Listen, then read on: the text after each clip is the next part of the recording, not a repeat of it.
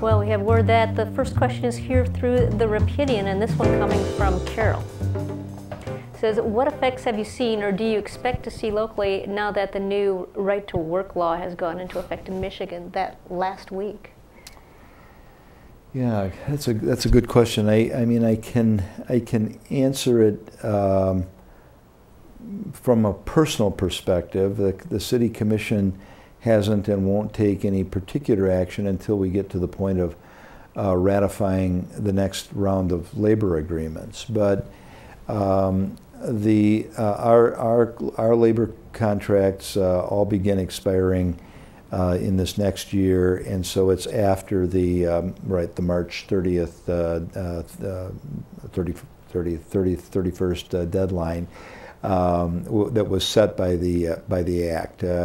We did not rush into that interim period, as a couple of cities did, to speed up contracts and exercise contracts before March 30th, simply to satisfy the demands of the union, or unions in our case.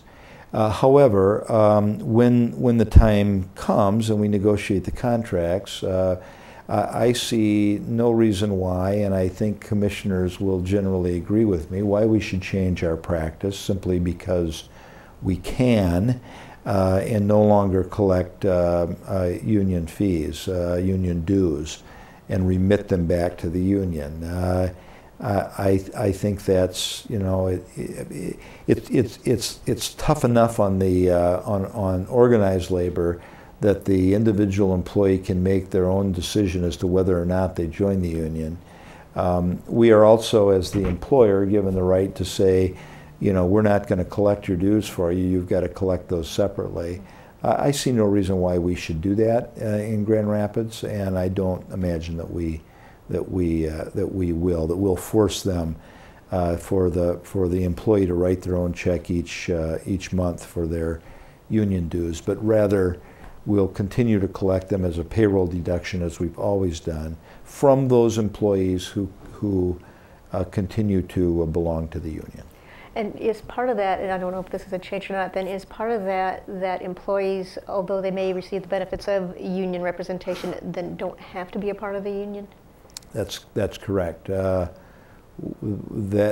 I understand from the right to work law, they have their choice now. Okay. They can say, yes, we are, or no, we're not a member of this union. Whereas before, everyone within that bargaining group had to be a member, had to pay their dues. Now it's at the option of the employee.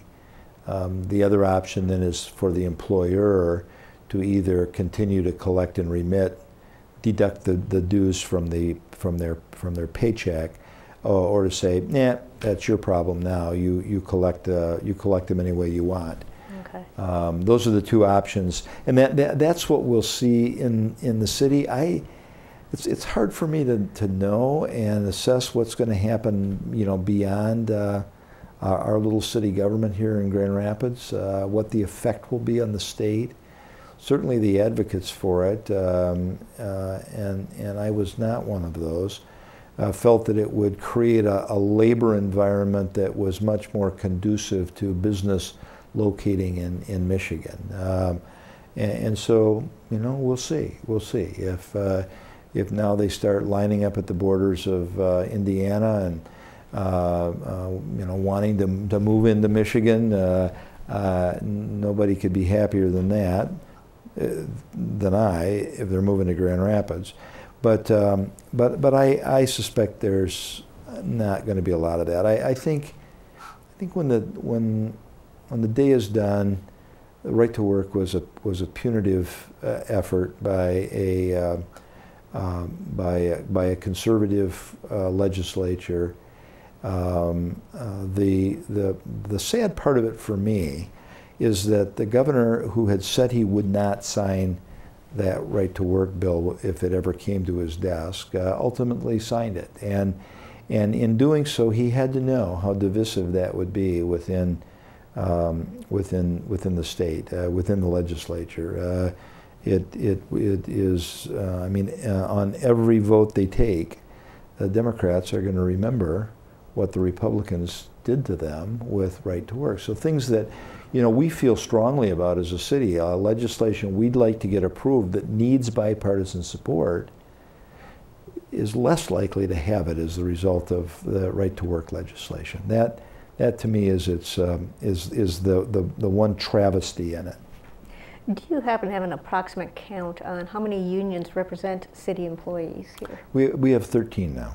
Okay, and with those 13 unions, with the city agreeing to go ahead and continue to collect, did any feedback there? I imagine they're appreciative, but have you heard anything? Well, let me be clear, Linda. That question comes up on the next round of labor agreements, and I was stating my personal opinion on that, right, not the position of the Grand Rapids City Commission. The Commission could decide otherwise and say no to our negotiators. When you go to the table to negotiate this next contract, we don't want to be collecting and remitting the union dues.